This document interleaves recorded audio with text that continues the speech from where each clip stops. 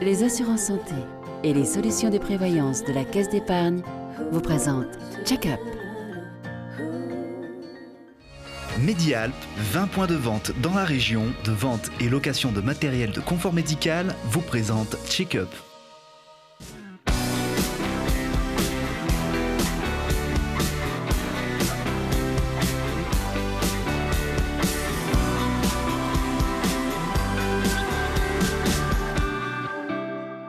Bonjour à tous et bienvenue dans un nouveau numéro de Check-up, le magazine de la santé et de l'innovation. Quand on parle innovation, Vincent Templard n'est pas loin. Bonjour Vincent. Bonjour Marie-Caroline. Je rappelle que vous êtes président de Medicalps, le cluster des entreprises innovantes de santé dans l'arc alpin, et que vous nous faites l'amitié d'être à nos côtés tous les mois. Alors dans ce numéro, il sera question d'une entreprise que vous connaissez bien, Vincent et Véon. Nous parlerons ensuite à cœur ouvert avec une bande dessinée. Son auteur Nicolas Keramidas est à nos côtés. Et puis on se réinjectera une bonne dose de culture dans le dossier du mois qui sera consacré au projet Culture et Santé, l'hôpital autrement du CHU Grenoble-Alpes en compagnie de différents artistes et protagonistes. Allez, c'est parti.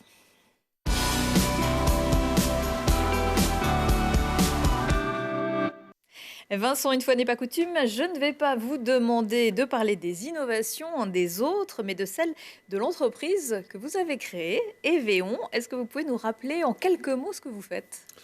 Evéon a été créé il y a une dizaine d'années pour développer des dispositifs médicaux totalement automatiques pour de la préparation et de l'administration de médicaments. Et parmi vos premiers produits ? Alors, on développe ce qu'il faut comprendre aujourd'hui, c'est qu'il y a de plus en plus de nouveaux médicaments qui sont des médicaments à des formulations un peu complexes, notamment des médicaments biologiques qui sont vendus sous forme de lyophilisats, c'est-à-dire de poudre sèche, qui doivent être reconstitués juste avant l'administration de l'injection. Et on automatise ces process, en définitive, de reconstitution de médicaments et d'administration, c'est-à-dire qu'on fait de l'administration en automatique, y compris à partir d'un flacon de verre, ce que ne peut pas faire un auto-injecteur aujourd'hui. Alors, les images que l'on voit actuellement, il s'agit d'images de votre dernier bébé, Intuiti Spray. De quoi s'agit-il ? Alors, effectivement, on a développé un dispositif de reconstitution, de dilution de médicaments qui permet de remplir automatiquement une seringue ou une poche de perfusion. On a développé un dispositif d'injection et aujourd'hui, on a développé un dispositif qui permet de faire du spray avec des caractéristiques techniques. Je ne rentrerai peut-être pas dans tous les détails, mais notamment de très grande finesse de la gouttelette, et puis qui permet aussi de répondre à des besoins de l'industrie pharma sur le fait que ça permet d'obtenir un spray, voire un brouillard, on parle parfois d'un mist, à partir de médicaments qui vont être extrêmement visqueux. Quels sont les gros avantages ? Le mode d'administration du spray est un mode d'administration qui se développe. Il y a d'ailleurs des réflexions aussi. Aujourd'hui, je lisais des études sur le fait que certains laboratoires pharmaceutiques réfléchissent demain à vacciner sous forme de spray. On peut avoir, alors on pense bien évidemment au spray nasal, au spray à nébulisation en pulmonaire, mais il peut y avoir d'autres applications, que ce soit ce qu'on appelle des applications topiques sur la peau ou sur des organes, par exemple des produits hémostatiques en bloc opératoire, puisqu'on va parler d'opérations à cœur ouvert, ça m'y fait penser. Voilà, c'est pour avoir une utilité moins invasive. Alors, ça permet effectivement d'avoir, comme on le voyait dans le film, à la fois une meilleure dépose. On voit bien que quand on veut faire un gel avec une seringue où on obtient quelque chose qui va être assez gros, qui est pas très, il y a de la perte, pas très précis, merci, et il y a de la perte de volume, de médicaments. Donc là, on va avoir quelque chose qui va être extrêmement fin avec un volume de médicaments qui va être administré, qui va être extrêmement limité en définitive. Vous travaillez également sur des solutions pour l'automatisation et l'administration de vaccins en multidose, qui en ce moment, ça peut avoir son utilité. Est-ce que vous pouvez nous en dire deux mots ? Juste rappeler par exemple que le vaccin Pfizer nécessite un grand nombre d'étapes de manipulation aujourd'hui avant d'être injecté. Le vaccin Pfizer, il est livré, il est congelé, mais il est très concentré. Et avant de transférer dans les seringues, il faut déjà une étape de dilution. C'est une étape de préparation. Donc nos dispositifs automatiques permettent de faire ces étapes sans avoir aucune manipulation manuelle. La deuxième chose aussi, c'est qu'on a développé des dispositifs d'injection totalement automatiques où, à partir d'un flacon de verre, sans aller prélever, on va réaliser de l'injection en automatique de la bonne dose. Et il se trouve que dans le passé, par rapport au vaccin Pfizer, on avait validé le fait qu'on était capable de faire de façon extrêmement précise 0,3 ml, qui est la dose du vaccin Pfizer. Donc on a adapté ces briques technologiques en définitive pour faire un dispositif totalement automatique qui peut à la fois faire la dilution, faire de l'injection multidose, que ce soit 5, 6, voire 15 doses comme avec Moderna, puisque Moderna vient d'avoir l'autorisation d'aller jusqu'à 15 doses, à partir d'un flacon de vial. Et ça a pas mal d'avantages, y compris de gaspillage, parce qu'on sait bien aujourd'hui qu'un flacon de verre, c'est une utilisation, voire quelques utilisations. Mais surtout un aspect extrêmement pratique qui va éviter les manipulations avec les risques d'erreur de manipulation, les risques de piqûres accidentelles. Merci beaucoup Vincent. On va à présent parler BD, mais rien à voir avec le grand acteur des dispositifs médicaux de la métropole dont on a déjà parlé ici.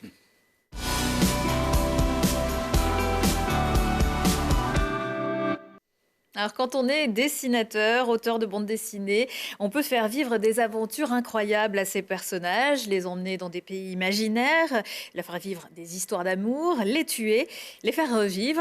Et puis un jour, on devient le héros de sa propre bande dessinée. C'est un peu ce qui vous est arrivé, Nicolas Keramidas. Bonjour. Bonjour. Merci d'être là. Vous êtes donc auteur de bande dessinée. On vous doit notamment la série des Luna, Alice au pays des singes et même des albums de Mickey. Mais votre dernier album, c'est À cœur ouvert aux éditions Dupuis. Ça parle de vous et de votre double opération à cœur ouvert. On va remonter un petit peu en arrière. Vous êtes né en 1972. On vous a détecté un souffle au cœur à la naissance et puis après.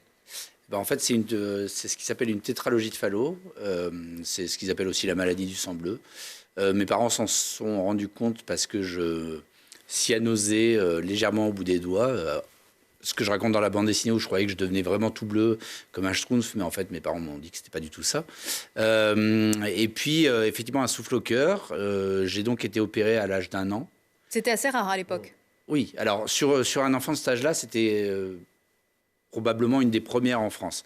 Ça avait déjà été fait sur des personnes beaucoup plus âgées, mais sur un enfant de cet âge-là, oui. Et ensuite j'ai eu une vie à peu près normal, quoi, tout ce qui est de plus normal. Avec une grosse cicatrice, quand même. Une grosse cicatrice, j'en ai joué. Tout ça, c'est raconté effectivement dans le livre à plusieurs reprises. Mais il y avait, voilà, la seule chose qui me rappelait effectivement que j'avais été opéré à cœur ouvert, c'était la visite du cardio tous les ans, puis après tous les 2 ans, parce qu'au final, chaque fois que je voyais un nouveau cardiologue, il était épaté à quel point ça avait été bien fait à l'époque. Alors vous avez grandi, vous êtes devenu adulte, voilà. Et qu'est-ce qui s'est passé le 15 janvier 2016 ? Eh ben, je joue au foot salle, pas très loin d'ici, à Mélan, avec des amis tous les dimanches, depuis pas mal d'années maintenant. Donc c'est dire si ma vie était normale, parce que finalement, opéré à cœur ouvert, on peut quand même jouer au foot salle, ce qui est un peu un des sports les plus cardio qui existent quand même. Et en fait, j'ai fait de la tachycardie, chose que j'ai toujours vécu avec la tachycardie. Je pensais que c'était quelque chose de normal, en fait. Je pensais que tout le monde faisait de la tachycardie à un moment donné. Mais cet épisode-là a été particulièrement long. Il a duré presque toute la soirée. Finalement, je suis rentré du foot, ça a continué. Je prenais ma douche, ça s'emballait à nouveau. Donc, j'ai écrit un mail à ce moment-là à mon cardiologue et à mon généraliste en disant, voilà, j'ai fait un épisode de tachycardie que j'ai pas aimé. Par rapport à, c'est pas d'habitude que j'aimais, mais là, je l'ai trouvé particulièrement violent, en fait. Et les deux m'ont rappelé le lendemain et m'ont dit, on te voit aujourd'hui. Donc, comme je le dis dans le livre, c'est vrai que quand on arrive à obtenir chez un cardiologue un rendez-vous aussi rapidement, on est à la fois content d'avoir eu un rendez-vous rapide et à la fois on se dit que c'est peut-être pas génial.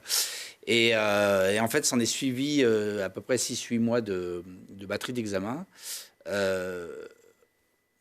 Moi, c'est pas que je comprenais rien à ce qui se passait, c'est que je voyais pas la finalité. En fait, mon cardiologue, dès le départ, il y a 10 ans, même quand il m'a ausculté pour la première fois, lui, celui de Grenoble, en fait, il savait qu'à un moment donné, j'allais l'appeler et que c'était le signal pour dire qu'il y aurait une nouvelle opération, en fait. Moi, ça, j'en avais pas conscience. Je pense que c'est bien de pas en avoir conscience, hein. Ça sert à rien de faire toute sa vie, finalement, avec une épée de Damoclès là-dessus. Alors, les 6 mois d'examen au départ, en fait, ont servi à essayer d'éviter l'opération à cœur ouvert et de faire quelque chose par l'aine ou par le cou, enfin, quelque chose de moins violent et de moins long. Finalement, ça a été écarté. Et en juin, j'ai appris que j'allais être opéré à cœur ouvert.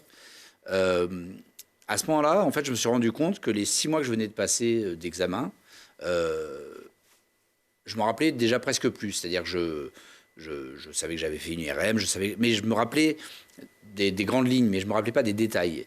Et du coup, j'ai commencé à prendre des notes parce que, en fait, à l'époque, je n'avais pas prévu de faire une bande dessinée. J'ai même envisagé de faire un roman, j'ai même envisagé de faire pas mal de choses, ou alors juste des notes, juste pour me rappeler. En fait, je voulais pas oublier en fait ce moment-là. Donc, j'ai commencé à prendre des notes, à prendre beaucoup de notes, ma femme aussi, et puis on a avancé comme ça. Donc vous notiez un petit peu tout ce qui vous était arrivé. Vous avez tenu ce carnet quasiment au jour le jour. Ah bah, au jour le jour, alors même après l'opération, dès le moment où finalement on peut réécrire, il y a eu quand même une petite semaine effectivement où il ne s'est pas passé grand-chose. Et là, c'est là où les notes de ma femme ont été précieuses parce que elles m'ont permis de combler les trous finalement de tout ce que moi, je n'avais pas pu noter. Et puis même d'avoir un autre point de vue, en fait. C'était intéressant à ce niveau-là. En fait. Alors, ce carnet, vous avez finalement décidé d'en faire une bande dessinée, de raconter ce qui vous était arrivé. Il faut se mettre à nu, au propre, comme au figuré. Je ne donnerai pas les pages où on voit dans le plus simple appareil. Mais oui, c'est quand même particulier. Bah, en fait, moi, j'ai fait 18 albums jusqu'à présent. Toujours avec des scénaristes. Et donc, comme vous disiez tout à l'heure, c'était de la fantaisie, un peu de tout, avec des Indiens, avec des trucs, avec des... Voilà, bon, quelque chose de complètement de fiction. Là, pour cet album, je voulais tout faire tout seul. Et effectivement, je pense que si on n'est pas capable de se mettre à nu et si on commence à se censurer, ça ne sert à rien de faire un livre comme ça. C'est-à-dire que des moments où je rentre dans la décision de faire ce livre, je sais que je vais, c'est ce qu'on voit, c'est que je sais que voilà, il y aura, voilà, je vais, c'est ce qu'est l'hôpital. Hein, je veux dire, en fait, l'hôpital, c'est une des premières choses qui m'a marqué, c'est dès le moment où on rentre à l'hôpital, on met de côté tout ce qui est pudeur et toutes ces choses-là. En fait, quand on se retrouve avec 4 personnes et qu'on est tout nu... Ouais, c'est comme l'accouchement, quoi. Bah, voilà, je veux dire... Vous parlez de vos peurs, vous parlez après, de la souffrance, aussi parler de mais tout ça, c'est aussi très drôle. Ah bah oui, voilà, exactement. Alors, c'était le... Parce que le naturel moi, je revient suis quand comme même ça, au galop. voilà, Il y a un petit peu de fantaisie. Voilà. Je suis comme... De toute façon, dès le départ, j'ai décidé de faire ce livre, mais... je voulais pas d'un livre qui plombe, c'était pas le but. Et puis parce que moi, je suis pas comme ça, je suis quand même quelqu'un qui est plutôt optimiste. Donc, je savais que j'allais arriver à trouver, enfin, c'est ce que j'espérais trouver, c'était ce décalage justement entre la gravité de certaines situations, mais aussi le côté absurde et humoristique de ces situations-là, en fait, finalement. Parce que moi, ce que j'y ai vu, c'est vraiment une aventure humaine. Ce que j'ai vu dans l'hôpital, c'est vraiment un univers à part entière qui est aussi intéressant que finalement qu'un hobbit qui va chercher un dragon ou peu importe, en fait, parce qu'on se retrouve vraiment avec... ouais, c'est un univers à part entière et c'est ce que j'ai aimé et qui finalement peut paraître répétitif et s'avère être extrêmement varié au final. Et en même temps, c'est extrêmement documenté. Vous expliquez les gestes médicaux, le protocole opératoire. Vous vous êtes renseigné pour la BD ou... Je me suis renseigné surtout. En fait, ce qui se passe, c'est qu'au début, je m'étais dit, je vais faire ce livre et je vais tout inventer. Je vais inventer même l'hôpital. Je voulais pas prendre de documentation par flemme aussi parce que finalement, c'est quand même quelque chose de lourd, la documentation. Voilà. Et quand j'en ai parlé à mon éditeur et que j'ai commencé à dessiner, à un moment donné, il m'a dit, mais il y avait une image, et puis il me dit, mais t'es où là? Alors je lui dis, je suis dans la salle d'attente de mon cardio. Il me dit, mais la salle d'attente de ton cardio, il y a des lampes à franges, il y a des tapisseries à carreaux. Je fais, ah non, j'ai tout inventé. Il me fait, bah, tu sais quoi? Ça se voit et on n'y croit pas. Et il dit, si jamais tu veux faire cet album, il faut que les gens y croient. Il faut que le CHU de Grenoble, ce soit le CHU de Grenoble. Il faut que l'IRM, ce soit l'IRM. Pourtant, le CHU de Grenoble, l'hôpital Sud, vous l'appelez le Club Med. Oui, parce que ça, c'est le côté un petit peu décalé, effectivement, parce que c'est... En fait, quand on va à l'hôpital Sud, c'est vrai c'est un peu la renaissance, en fait. Et effectivement, on va y retrouver plein d'activités que j'ai assimilées au Club Med parce que... c'était marrant, il y a cette espèce de tableau avec toutes les activités semaine par semaine. Justement, on parlait des concerts, des choses comme ça, des jeux ou ce genre de choses. Et j'ai trouvé qu'il y avait un décalage qui était... parce que malgré tout, on est tous en blouse, on est tous... malades et en rémission, etc., ce genre de choses. Et puis finalement, on se retrouve à faire des activités, voilà. De nouveau, on se redonne des prénoms, on se redonne des choses, etc. C'était assez chouette. Et puis en plus, après, bon, je ne vais pas spoiler tout le livre, mais en tout cas, voilà, tout ça pour dire que dès le moment où mon éditeur m'a dit ça, je suis allé au centre de documentation du CHU. J'ai rencontré quelqu'un qui m'a donné une clé USB avec des photos, mais alors de tout l'hôpital. Et je suis parti de ça ensuite pour vraiment faire un truc effectivement très documenté, parce que je pense qu'il y a effectivement que comme ça qu'on peut y croire. C'est-à-dire qu'il faut quand même partir du principe que les gens qui vont vous lire, il y a des gens qui ne connaîtront peut-être jamais l'hôpital, mais il y a aussi certaines personnes qui ont vécu, qui sont déjà passées par là. Et c'est ce que je me rends compte, parce que je reçois en ce moment beaucoup de témoignages de personnes qui me disent qu'ils ont l'impression que j'ai écrit leur livre, en fait. Donc ça montre qu'en fait la documentation a été bien assimilée, je pense. Ouais. Est-ce que ça a été une sorte de thérapie? Ah, c'est sûr. Ah, c'est sûr. En fait, je ne sais pas si j'aurais eu besoin d'une thérapie ou pas, mais en fait, quand je vois justement tous ces gens qui m'écrivent pour me partager, pour me dire merci par rapport à ce livre, et eux, quand ils me racontent leur parcours, la plupart, effectivement, ont eu une thérapie et ce genre de choses. Et moi, je pense que le dessin, ça a toujours été ça. Hein. Moi, c'est quelque chose qui... Le fait d'écrire et de dessiner, en fait, ça me permet de raconter mon histoire. Et en plus, par rapport à la raconter à un psy, où on va la raconter qu'à une seule personne, ça permet de la raconter avec énormément de monde et de le partager avec le plus grand nombre. Donc non, je pense qu'effectivement, ça a été vraiment, oui, une forme de thérapie. Pour ma femme aussi, d'ailleurs, vu qu'elle a pris énormément de notes. Je pense que ça nous a permis effectivement de passer cette étape le plus naturellement possible. Aujourd'hui, vous allez bien? Vous avez un traitement à vie? Oui, ouais, j'ai un traitement à vie et je vais bien.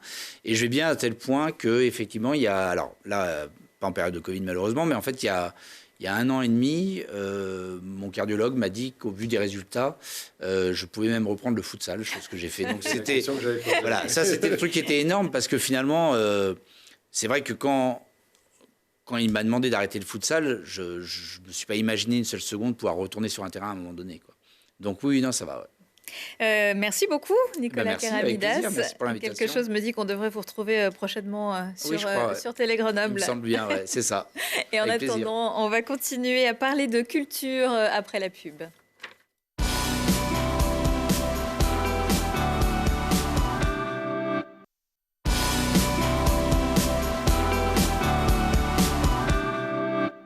Et si dans ces temps pas tellement folichons, on ouvrait une parenthèse pour montrer que l'hôpital s'intéresse aussi à la culture et que la culture s'intéresse à l'hôpital, je vous présente nos invités dans une poignée de secondes.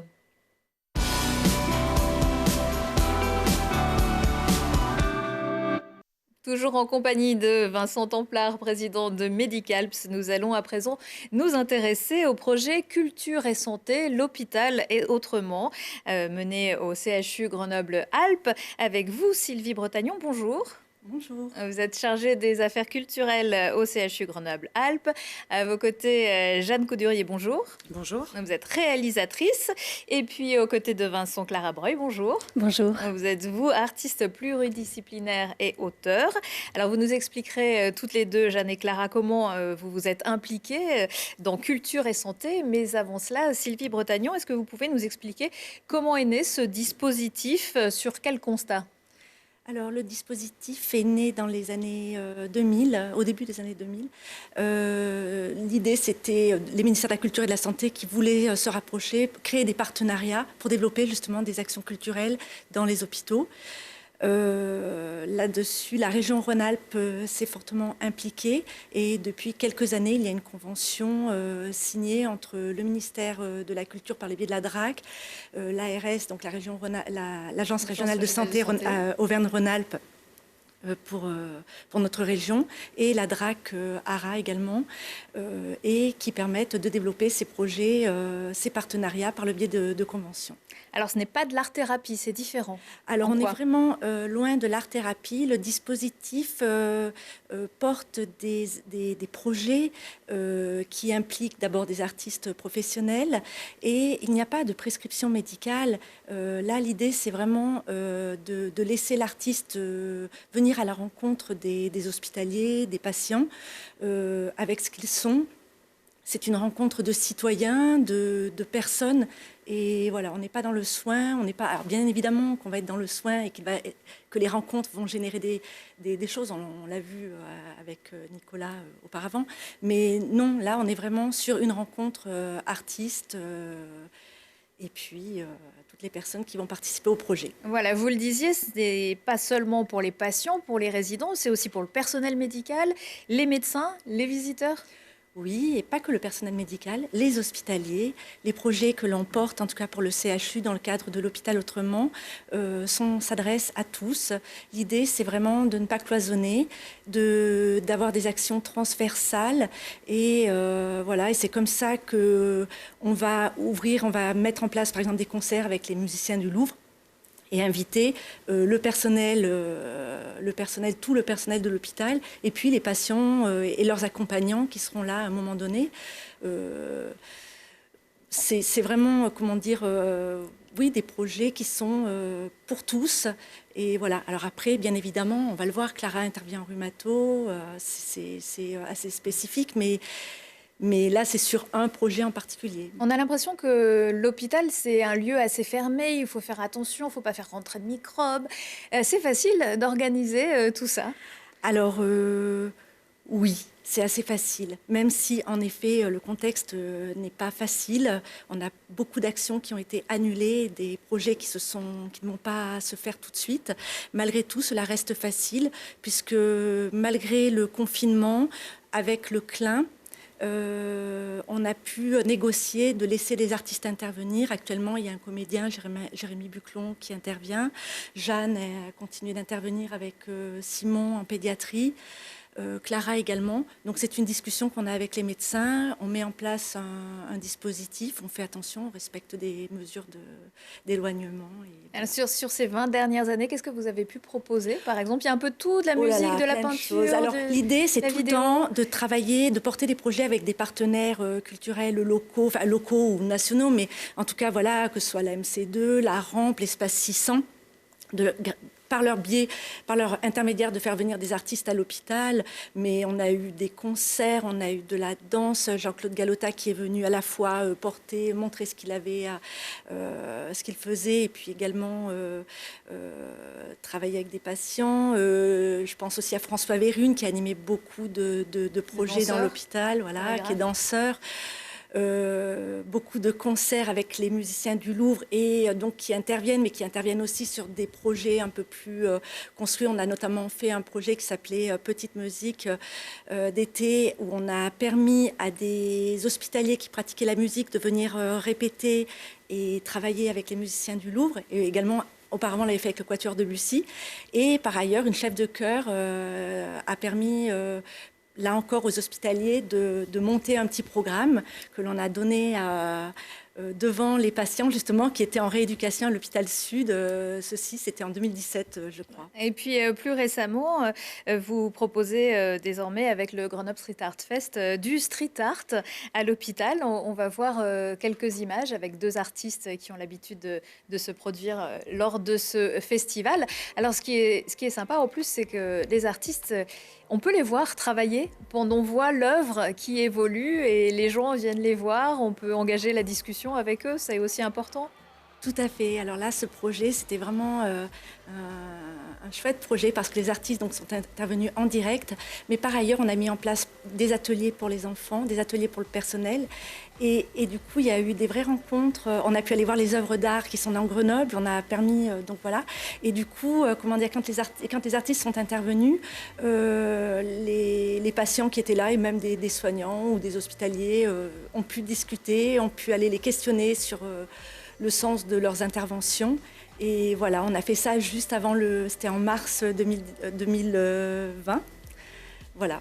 Est-ce que ces artistes-là, je poserai après la question à Jeanne et à Clara, ça change leur façon de travailler après être passés par l'hôpital? Qu'est-ce qu'ils en tirent? Je pense, voilà, ce sont les artistes qui répondront, mais en tout cas, nous, on le voit avec les musiciens, par exemple, qui interviennent, et c'est très clair que oui, c'est une autre façon de faire. Mais... Oui. Jeanne, vous êtes intervenue à l'hôpital Couple-Enfant auprès de petits, on y reviendra par la suite, mais vous, est-ce que ça a changé votre façon de travailler par la suite? Alors, oui et non, mais moi j'ai le sentiment de plutôt me mettre au service des enfants et de recueillir ce qu'ils font, parce que je fais de l'image. Et là, en l'occurrence, j'ai plus le sentiment d'avoir proposé quelque chose qui leur permette d'accueillir leurs gestes, leur énergie en fait, et de la mettre en image à travers le light painting. Après, j'ai pas le sentiment de faire du Jeanne Coudurier en faisant ce genre de choses, mais où j'en fais humainement, parce que c'est moi de toute façon qui suis face à eux, et avec Simon, on crée les conditions, mais ça déplace pas forcément mes pratiques. Oui. Clara Breuil, vous qui donnez la parole, donnez à écrire aux gens, est-ce que ça change un petit peu le contact que vous avez avec eux? Après, est-ce que vous voyez les choses un petit peu différemment dans votre travail? Ça confirme mes convictions. Ça déplace et ça replace, ça inscrit. Ça me prouve que, il y a quelques années, j'ai eu comme un élan, un déclic pour arrêter de jouer des rôles en tant que comédienne et de me laisser parler avec tous ces personnages, tous ces fragments de moi, et je crée à partir de moi, que ce soit dans la poésie ou dans les dessins, la peinture. Et je crois que inviter, favoriser chacun, donner le cadre exactement, permet à chacun de faire cette rencontre avec soi-même. Et il est question vraiment d'intime et d'universel. À la fois, les hôpitaux m'avaient toujours terrorisée, et au point de voir les petits points rouges qu'il y a sur le sol comme des gouttes de sang quand j'arrive. C'est presque pathologique, ma peur de l'hôpital. Mais souvent, les peurs, elles sont liées à la fascination et au respect que j'ai pour ce milieu. Et voilà, c'est très riche. Sylvie Bretagnon, dans le cadre de ce dispositif, vous avez proposé en avril un atelier d'expression créative au centre de gérontologie à l'hôpital Sud d'Échirolles. On va regarder le reportage de Lilian Veillé. Allez, lancez-vous. On y va. Dans la peinture, à tout âge, il faut savoir se lancer. Tous les lundis, au centre de gérontologie du CHU, un atelier peinture est proposé aux patients pour encourager leur créativité. J'aime bien, je ne vois pas toujours ce que je fais, mais enfin j'aime bien. Ça nous fait du bien, parce qu'au moins, on passe un bon moment avec tout le monde là, réunis. Et puis notre chef, qui nous aide bien, parce que sans elle, je crois que on ferait des catastrophes. Et leur chef n'est autre que Patricia Oliva, diplômée de l'école supérieure Estienne à Paris. Elle intervient depuis quelques années dans le service de médecine sociale du CHU. Cette année, c'est avec les personnes âgées qu'elle travaille. 15 séances d'1h30 sur 3 thématiques différentes, en commençant par la couleur. Le fond, et vous voyez, vous aviez travaillé un peu le bleu comme ça. Et pour étudier et travailler ce thème, elle a choisi des œuvres de grands coloristes, comme Magritte, Klimt ou Georges Braque. J'utilise des supports de grands artistes que je propose selon les thèmes et qu'on peut utiliser pour s'inspirer pour son propre travail. Mais ce n'est pas du tout obligatoire. Parfois, il y a un petit détail qui est pris en compte. Parfois, on n'est plus sur une copie. Ces ateliers s'inscrivent dans le programme culturel L'Hôpital Autrement, où l'objectif est de prendre la personne dans sa globalité et pas seulement comme un patient de l'hôpital. L'idée, c'est de proposer une programmation pour à la fois améliorer la prise en charge des patients, améliorer la qualité de vie au travail, proposer une ouverture avec l'extérieur, créer du lien entre l'hôpital, la cité. L'idée, c'est que quand on produit une œuvre, on ne sait pas du tout si la personne va bien, va mal, est handicapée ou pas handicapée. Ça reste une production poétique, artistique. Les ateliers prendront fin avant l'été et une exposition des différentes peintures devrait avoir lieu à l'automne. Sylvie Bretagnon, est-ce que c'est facile de trouver des participants, de motiver les gens? Oui, c'est facile. Ce qui est compliqué, c'est plutôt de monter le projet, parce que chacun est s'affaire à ses propres problématiques dans l'hôpital. Et donc voilà, alors soit on vient nous chercher, on a des services, on nous dit on a besoin, il faut qu'il se passe quelque chose, c'est ce qui va se passer par exemple en pédiatrie. Ou alors, on va faire des propositions. Mais du coup, par contre, une fois qu'on lance, par exemple, ce projet Vie de l'œuvre, œuvre de vie avec Patricia Oliva, là, c'est un projet qui suit un autre projet qui s'appelait Paysage. Et comment dire, là, l'idée, c'est vraiment d'aller auprès des patients dans un contexte qui est vraiment compliqué. Et là, donc, du coup, oui, c'est au contraire, même pour Patricia, il a fallu qu'elle refuse un peu de monde parce que les gens voulaient participer à l'atelier. Après, ce qui est bien, c'est quand le personnel soignant se rend compte de ce qui se passe autour de ça. Et là, il faut avancer ensemble, quoi. Mais voilà, non, mais en tout cas, pour nous, au CHU de Grenoble, je trouve qu'on a vraiment de la chance. Des ateliers vous ont proposé aux plus petits. On évoquait l'hôpital couple-enfant. Le projet Pouic a débuté l'an dernier. De quoi s'agit-il ? Alors, le projet Pouic, alors c'était, il a été porté par Mediart il y a deux ans. On l'avait fait, voilà, il y a 2 ans. Et au départ, quand on a commencé, on ne savait pas trop vers quoi on allait aller. C'est Louis Soubéran et puis Simon Drouin qui avaient lancé ce projet-là. C'était la restitution. Voilà, c'est un projet qu'on a porté avec Mediart.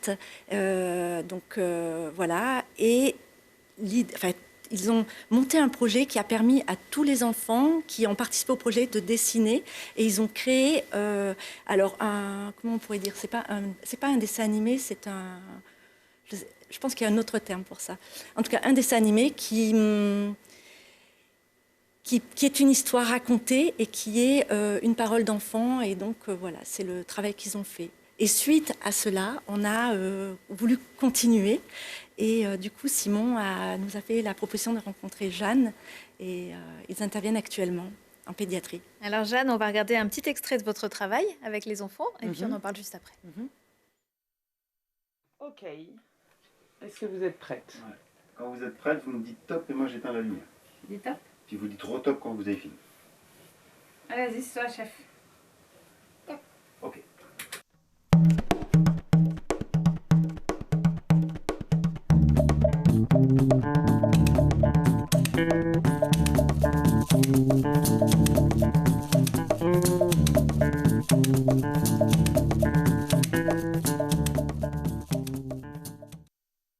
Alors Jeanne, vous n'avez donc pas travaillé toute seule sur ce projet, vous avez travaillé avec Simon, on peut peut-être donner son nom ? Avec Simon Drouin, musicien de son état. Voilà, Simon qui s'occupe... Qui est mon allié précieux dans ce genre de...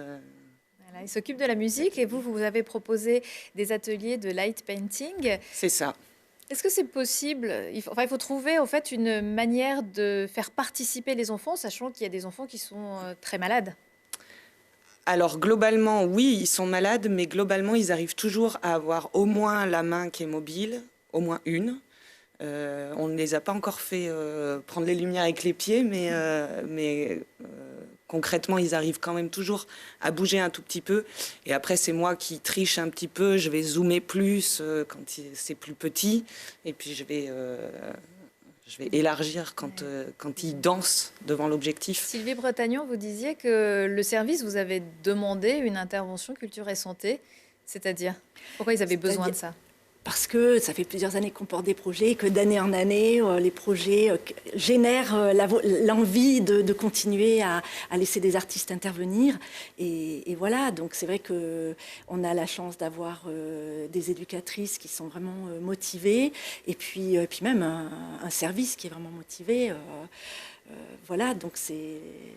Et puis les enfants...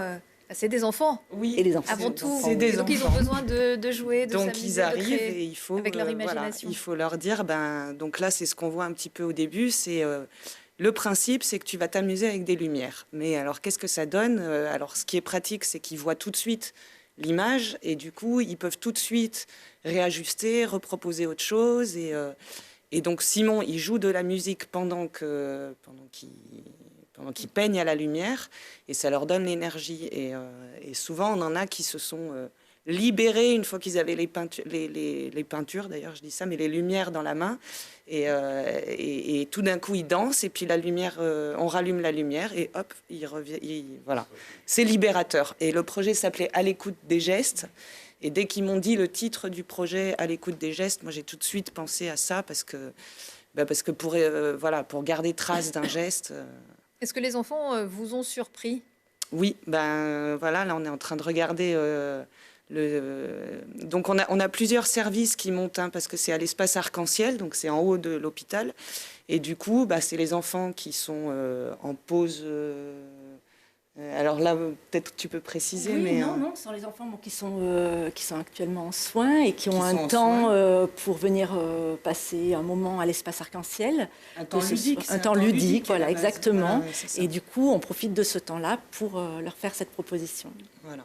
Et donc, on a le service pédopsychiatrie aussi qui est monté. Aussi la pédopsie, oui. Quelques enfants de la pédopsychiatrie. Donc, Et est-ce que les soignants vous font des retours d'expérience mais oui, alors là, cette année, on n'a pas eu la chance de pouvoir faire une restitution de ce projet-là devant les familles et devant les soignants.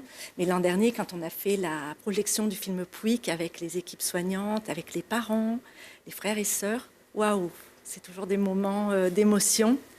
Voilà, j'en dirais pas plus, c'est toujours vraiment émouvant. Et puis même, voilà, tout le monde, au départ, comment dire, l'intervenant, c'est tout le temps quelqu'un qu'on voit un peu de loin. Ah ouais, ils font de la peinture, de l'eye painting, etc. Puis quand même, voilà, on va se rapprocher, on va comprendre, on va se rencontrer. Mais à la fin, et c'est pour ça qu'on a tout le temps la chance de travailler avec des artistes et puis même des structures qui nous accompagnent. Je ne les ai pas toutes citées, mais dans tous les cas, que ce soit Mediart, l'MC2, enfin, tous les festivals avec lesquels on collabore, la restitution après ce que l'on propose, l'objet, enfin, c'est toujours chouette, quoi. Et c'est vraiment, comment dire, ça permet de tisser des liens, c'est ce que je disais tout à l'heure, mais de prendre en charge autrement le patient et même entre nous de se voir différemment. Voilà, mais en tout cas, les équipes soignantes... Bon, là, du coup, c'est ce que je me suis dit, il n'y a pas de soignants, c'est dommage, il faudra refaire une émission avec les soignants. Voilà, on recommencera, on fera oui. 2 numéros. Tout à fait. Voilà. Clara Breuil, vous proposez donc un atelier d'écriture au Centre de gériatrie d'Échirolles, au service de rhumatologie. Ça s'appelle Dessous de soi. Comment travaillez-vous ? Eh bien, nous travaillons avec l'écriture, ou plutôt les écritures de soi. C'est-à-dire qu'on peut être amené à écrire juste pour jouer avec les mots, écrire sous forme poétique, listes, fragments, récits. Et ce que j'essaye de faire, c'est d'inviter à l'écriture sans la peur de l'écriture, désinhibée. Alors ce que j'amène parfois, c'est de la musique, et on écrit à partir de la musique, de nos émotions, de nos sensations, des souvenirs. Et petit à petit, comme ça, la glace fond. Et petit à petit... Est-ce que les patients parlent de leur douleur? On est dans un service de rhumatologie. Ça leur permet un petit peu de se libérer? Oui, absolument, sans s'identifier à la douleur. Hein, c'est vraiment, il y a la place pour ça. On peut même adresser une lettre à la douleur, on peut en rire, on peut même, pourquoi pas, faire un poème de mots entendus en soins. Je pique, je dépique, je pique, je dépique. Ça peut devenir un poème sonore, ça peut devenir un... Voilà, et on est là dans le quotidien, dans le tout petit, dans l'insignifiant qui en fait est énorme, magnifique et tellement important. Et puis vous allez aussi, ces poèmes, ces écritures, elles ont vocation à être portées par la voix? Par la voix enregistrée, la voix dite, parce que c'est quand même un grand plaisir d'écrire et de dire et d'être entendu. Et c'est vraiment dire sous toutes ses formes. Donc ça peut être aussi... moi, je vais joindre mon écriture à celle des patientes. Et il y aura à la fois une bande sonore, une voix enregistrée. Personnellement, je vais chanter aussi. Et les patientes vont donner à entendre leur texte. Oui. Sylvie Bretagnon, est-ce que vous essayez d'adapter les ateliers aux différentes pathologies, peut-être? Ou ça, c'est pas alors, forcément... ça peut faire partie de la demande, mais ça ne s'est pas vraiment trouvé.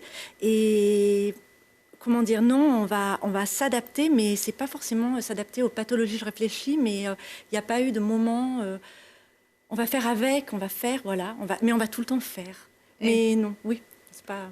D'accord. Et puis, il y a des résidents qui ont été artistes toute leur vie également. C'est le cas de Yannick Leder, qui expose ses œuvres au CHU. Avant de se quitter, voyez le reportage de Lilian Veillé. Yannick Leder est un patient du centre de gérontologie du CHU de Grenoble, mais c'est avant tout un artiste. Diplômé des Beaux-Arts de Gans en Pologne, il a produit plus de 1000 peintures, souvent liées à sa situation. Comme je suis assez souvent malade, ici, au lieu de pleurer sur mon sort, je fais rire tout le monde. Ses œuvres font partie de musées et de collections privées du monde entier, en Pologne, à Hambourg ou en Hollande.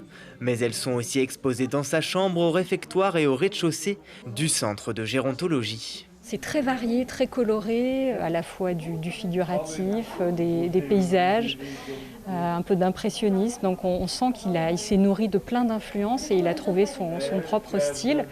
Et puis comme il nous l'a expliqué, il a voyagé, donc il a apporté toutes ces influences des pays qu'il a traversés.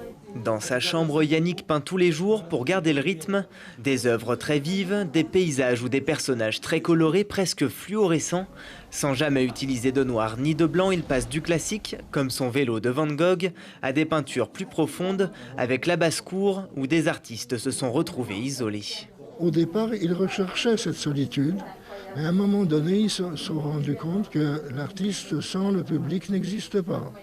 Parce qu'il existe par rapport à quelque chose. Cette exposition s'inscrit dans le programme L'Hôpital Autrement, un projet culture et santé qui participe au bien-être des malades et pour lequel le CHU Grenoble-Alpes a reçu le premier prix dans la catégorie service public en février dernier. C'est vraiment accueillir un patient dans le cadre d'une prise en charge globale, c'est-à-dire également s'intéresser à la personne qu'il est ailleurs qu'à l'hôpital et donc être capable de lui montrer qu'on peut valoriser son travail. 25 tableaux de Leder sont affichés au total dans l'établissement. L'exposition devrait durer jusqu'à la fin du mois d'avril et montrer cet autre visage de l'hôpital. C'est une chance d'avoir un artiste comme Yannick Leder à vos côtés. Là, c'était vraiment incroyable cette rencontre, c'est-à-dire que moi au départ, je ne le sais pas. Et donc c'est l'éducatrice qui m'a appelée en me disant « Sylvie, il faudrait que tu ailles voir, il y a monsieur Leder qui fait de la peinture, il y a plein de tableaux dans sa chambre, va voir, va voir ». Bon voilà, donc du coup voilà, c'est une rencontre. Et là-dessus, pareil, c'était l'idée de se dire « Ah mais non, mais il faut qu'on présente son travail, c'est une opportunité, quoi ». Et c'est une opportunité pour tous, c'est-à-dire que à la fois, moi je trouve que premièrement, lui en tant que patient et lui dire on va présenter votre travail, je trouve que c'est vraiment, nous CHU, c'est vraiment bien. Ensuite, c'est par rapport à sa famille et puis ses amis, le personnel aussi, hospitalier, qui va le voir complètement différemment. Ça, c'est vraiment incroyable, l'autre regard qu'on va avoir. C'est plus le monsieur qui entasse les tableaux, voilà. Surtout que, de la même façon, moi, quand j'ai vu les tableaux, j'ai pas été éblouie comme je l'ai été quand on a fait l'expo, en fait, le fait de présenter ce travail-là. Et voilà, donc non, mais ça, c'était vraiment une jolie rencontre aussi. Mais c'est tout le temps des jolies rencontres. Quels sont les autres projets que vous avez dans vos cartons? Alors, je suis venue avec tout mon programme, mais on a plein de choses. Normalement, on avait donc prévu en avril, notamment avec Maud Amon, qui est chef de chœur, et qui a un chœur qui s'appelle Inspiration, une résidence de 2 jours où eux répètent et puis justement propose un atelier aux patients. On a Claire Delgado qui va venir avec le projet Terra Incognita au niveau et la MC2 donc le 10 juin. J'espère que ça va se faire avec 2 concerts en Avoiron, un au CHU et puis enfin quand je dis le CHU, excusez-moi, un à Avoiron, un à Grenoble. Oui, le CHU est aussi à Avoiron. Oui, des ateliers pour le personnel et les patients pour se retrouver avec les musiciens. Également avec les musiciens du Louvre des projets, on avec l'espace 600 toujours des projets en pédopsychiatrie et puis avec je vais pas tous les citer mais je pense avec la rampe et le collectif S qui est un collectif de danseurs qui devrait intervenir à l'automne normalement ou en novembre je crois au niveau de l'hôpital Sud. On fait beaucoup de choses à l'hôpital Sud parce que c'est de la rééducation. Les résidents, les patients restent plusieurs jours, voire quelques mois des fois. Et du coup, c'est plus facile de faire des choses avec eux. Et puis, il existe également un musée sur le site du CHU. On espère qu'on pourra bientôt également aller voir voilà. l'exposition. On a inauguré l'exposition il n'y a pas très longtemps, mais bon, c'est fermé. Ça sera à partie remise. Merci beaucoup à tous d'avoir participé à cette émission. Merci d'être venus nous parler de culture et santé. Ça fait du bien. Vous pouvez nous retrouver le mardi à 13h, le jeudi à 11h, le samedi à 17h et bien sûr en replay sur www.telegrenoble.net. Portez-vous bien et à très bientôt.